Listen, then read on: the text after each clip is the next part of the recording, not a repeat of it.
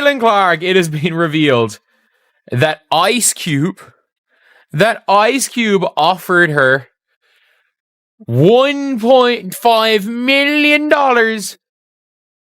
per game. And this is my favorite thing, is that the Big 3 will use Caitlin Clark in every bit of their... Caitlin Clark is the player who carried women's basketball from the shadows to prime time. She just rejected a $15 million offer from the Big 3 league. The WNBA is relieved, but many jealous players still want credit for a story that only exists because of... And Clark, did you turn down $15 million? Oh, that's a boss move. Oh, that's a crazy boss move. I understand.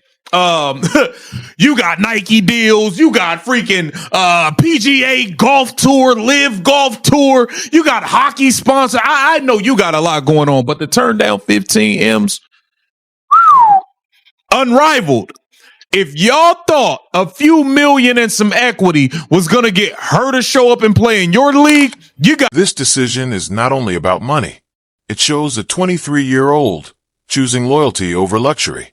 She chose fans over fortune and the future of women's basketball over personal gain.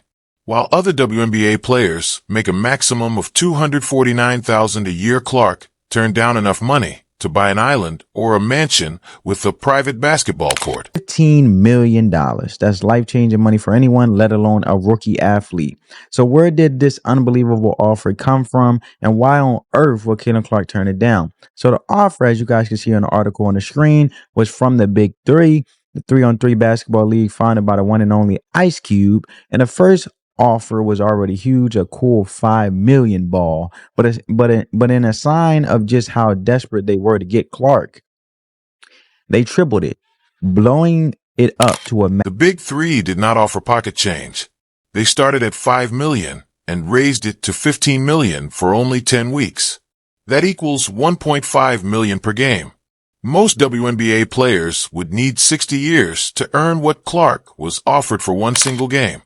Caitlin Clark, the Big 3 reportedly offered Caitlin Clark $15 million for 10 games.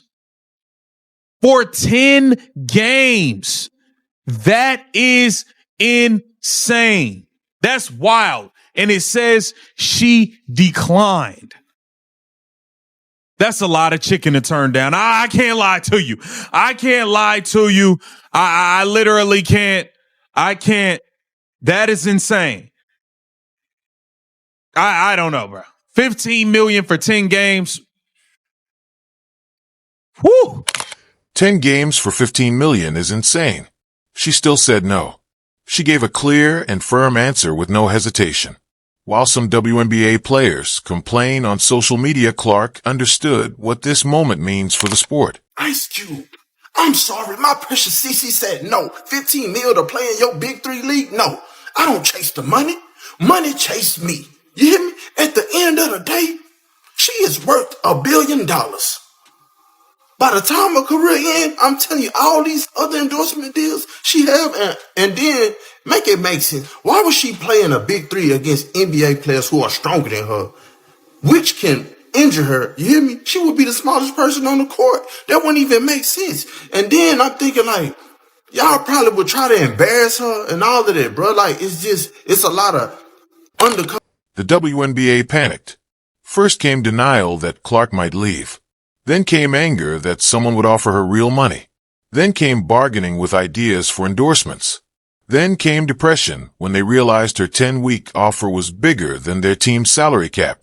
Finally, they felt relief when she decided to stay. Clark, you so much better than me. The WNBA would have never... Hey, listen. I would have never stepped foot on that court. $1.5 million per game. Bron don't even make that. And you turned it down for her contract in the WNBA. She gonna make like $400,000 in 4 years. That's the part that I don't really understand about WNBA players. They make so much bread everywhere else. They be making more bread in college. They make more bread overseas. They can make more in Unrivaled, the Big 3. There's so many options, but they still be playing in the WNBA. I don't get it. Oh, on strike, bro. If there's money like this available, go get it.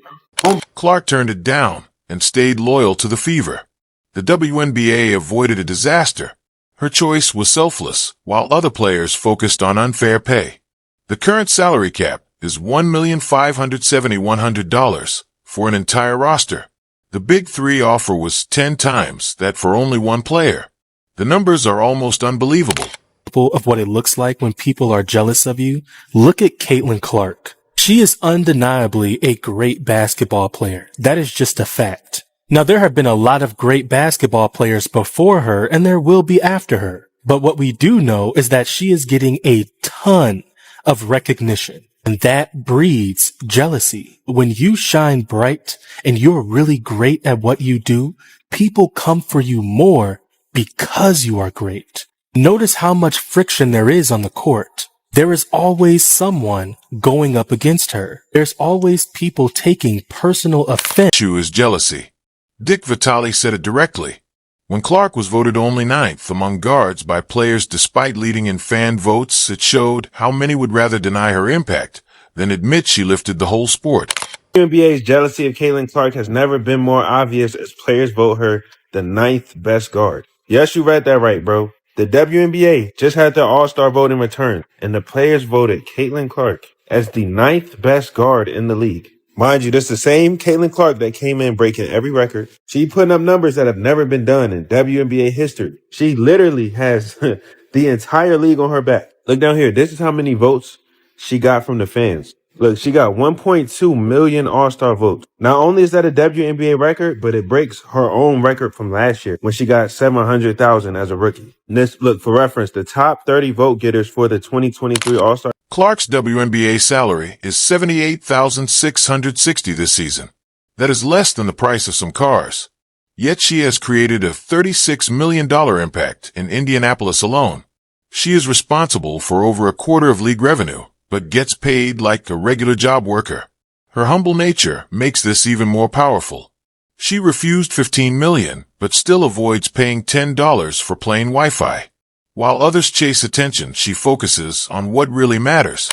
Pretty decent for her to willingly turn that down, because we know her WNBA salary is nothing to brag about. But for her to do that, I guess I look at it like this. If she were to have accepted that before she even stepped foot on a WNBA court, I could only imagine how they would have treated her. I don't even think she would have made it through half the season. She would have had a season-ending injury for sure. With how rough they were treating her as a rookie and fouling her and just being aggressive with her in comparison to other players, I don't think she would have made it through the season as a rookie. So I guess in a sense that may be a blessing in disguise. It's hard to say a blessing in disguise when you lose out on 15 M's, but nobody knows. Clark knows her value is not just in money, but in inspiring young girls and families. Her debut drew over 2 million viewers. Attendance records are being broken everywhere she plays. The Indiana Fever passed last season's total fans in just 5 home games. Merchandise sales are up 236%. These are not small gains, but massive growth because of her. Her from within, and it's the players. Realistically, I know we're out of time. WNBA last year was the first year in its like 25, 30-year existence that it was profitable. Made $1 million. But it was the first time that it didn't lose money because the NBA supplements. Well, when Caitlin Clark comes to town, you have to go from the 8,000 seat WNBA arena to the 30,000 seat whatever arena across town because of ticket sales and all of the apparel and all of this stuff that's coming from Caitlin Clark. And you're just like, okay, but the league is totally. Other players keep counting their smaller salaries. The highest paid player earns $249,000 a year. Clark was offered that for a single game. Yet her choice to stay could raise salaries in the future. New contracts may allow players to make up to $1 million, which is only possible because Clark stayed. V11. When Clark confirmed she was staying WNBA, executives breathed again. She has carried the league since college. Without her, the business model would collapse. Her rookie card sold for $660,000, which is more than her 4-year contract. That shows how broken the pay structure is. V12. Clark has taken on the role of a humble leader. She talks about fans and families instead of herself. She turned down $15 million. Not to be praised, but to focus on building the game. She chose growth and legacy over quick wealth. Obviously, the meetings that are going to happen in Indianapolis are going to be really important. And, although I'm not our team rep or on the committee, like I'm still, trying to understand and engage as much as possible. Obviously, this is my second year in the league, but also this is like a very important time for our league and where it's going to continue to grow. So, I'm certainly looking forward to those meetings and being in them. And I think everybody in our league is to help these CBA talks continue to move forward. So, should be very important for us on Thursday. Yes, I'll be there. This story is about vision. Clark chose to turn women's basketball into a true entertainment brand. While jealous peers complain she keeps building, the WNBA survived because she stayed. But they must figure out how to pay her fairly before another offer comes. Clark proved champions are not only made on the court, but also by walking away from money to build something greater. $1 is insane. I'm sure there are plenty of cards out there that have gone for more than that. One, it is her second year. What are we doing? Like, I get that the Caitlin Clark fanfare is the whole thing.